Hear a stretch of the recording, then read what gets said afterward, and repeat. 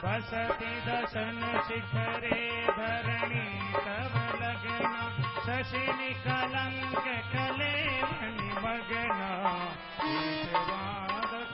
शुकर रूपम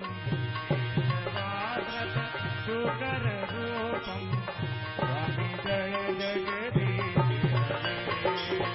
स्वामी शुकर रूप धरे स्वामी जय जगदीश हरे स्वामी शुकर रूप धरे स्वामी शुकर रूप धरे स्वामी शुकर रूप धरे। बोलिए श्री राम गुरुदेव जी महाराज की। भगवान का वराह अवतार हुआ और भगवान ने वराह अवतार लेकर के और भगवान जो रसातल में पृथ्वी छुपी हुई थी उस पृथ्वी को लेकर के भगवान ने अपने दांतों पर पृथ्वी को स्थापित करके और भगवान बाहर निकल रहे थे। उसी समय हिरण्याक्ष आया, भगवान के साथ में युद्ध किया और भगवान ने उस पृथ्वी को बाहर स्थापित करके हिरण्याक्ष के साथ युद्ध करके हिरण्याक्ष को मारा। मारने के बाद वो धरती का महाराज भगवान ने उस धरती की रक्षा करी।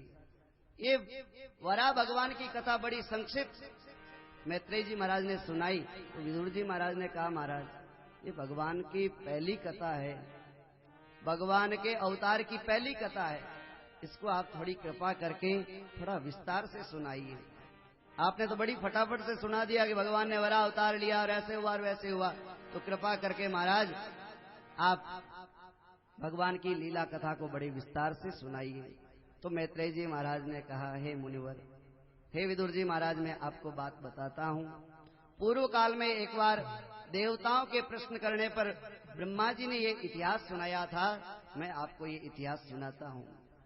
दक्ष की पुत्री दिति एक बार अपने पति के पास जाती है, मरीचि नंदन कश्यप जी के पास संध्या काल के समय, और जाकर के पुत्र कामना की इच्छा करती है, पुत्र की इच्छा करती है। और ऐसी इच्छा लेकर के पति के पास जाती है। पति ने कहा, कश्यप जी महाराज ने कहा, दिति ये समय अनुकूल नहीं है, इस समय भूत भावन भगवान शंकर वृषभ पे आरूढ़ होकर के और इस सारे मंडल में पृथ्वी पर विचरण करते हैं, इस समय ऐसी कामना अच्छी बात नहीं है। लेकिन स्त्री का हठ बड़ा प्रबल होता है। बहुत हट किया दिति ने, बहुत हट किया। कश्यप जी ने भगवान को प्रणाम किया और भगवान की जो भगवान का प्रभु का जो विधान बनाया है उस विधान को प्रणाम किया और कहा, महाराज मुझे क्षमा करना, क्या करूं। उसके बाद में जो दिति की कामना थी उस कामना को पूर्ण किया। उसके बाद में जैसे ही दिति को भान हुआ, जैसे ही उसके सिर से भूत उतरा, उसने जाकर के अपने पति के चरणों में प्रणाम किया, क्षमा याचना की, पतिदेव मैंने बहुत बड़ी भूल कर दी, आप मुझे क्षमा करो। देखो गलती तो कर दी, अब इसका फल तो तुम्हें मिलेगा। महाराज क्या होगा? अरे तुम्हारे गर्भ में ऐसे ऐसे आतताई दुष्ट बड़े बड़े राक्षस पैदा होंगे जिससे सारी सृष्टि में हाहाकार मच जाएगा, सब जीवों को त्रास देंगे, ऐसे भारी ऐसे दुष्ट पैदा होंगे। बहुत दुखी हुई दिति, कहा महाराज कोई निराकरण नहीं है। महाराज मेरे पश्चाताप हो रहा है, मेरे को बड़ा दुख हो रहा है।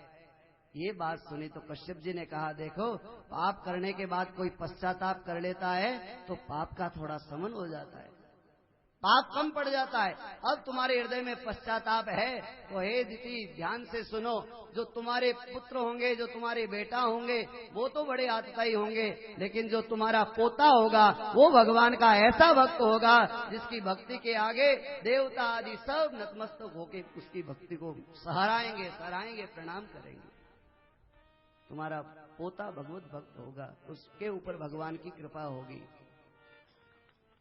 दिति के गर्भ में जो दो अशुभ बेला में प्रकट हुए थे, इस कारण से वो दो आतताई जीव बड़ा ही गर्भ में आते ही सारी सृष्टि में विनाश होना चालू हो गया। सृष्टि में असमय उल्कापात होना और अपसुगन होना आदि सब होना प्रारंभ हो गया। सुखदेव मैत्रेय जी महाराज के सामने विदुर जी महाराज ने पूछा, महाराज ये दो गर्भ में आने वाले बालक, ये जीव कौन है, इतने आतताई महाराज?